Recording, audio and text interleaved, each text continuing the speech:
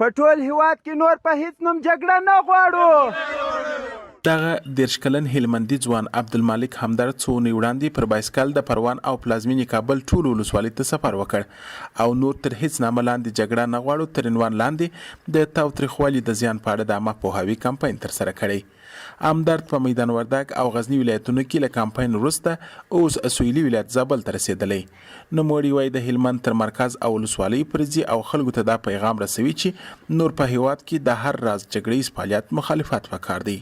کابل څخه تر هلمند پر همدې بایسکل لاړ شو او په مخکې پرتې ټولې ولسوالۍ کلي د همدې پیغام سره وګرځم او د خلکو سره ووینم لکه څنګه چې مخکې مثبت تاثیرات په خلکو باندې درلود او د دې پیغام په لومړی کې عکس العملونه وه مګر وروسته ډېر خلک ورسره اشنا شول او خلکو دا بدرګه کوي او ویې ویله چې دې ته ادامه ورکوي.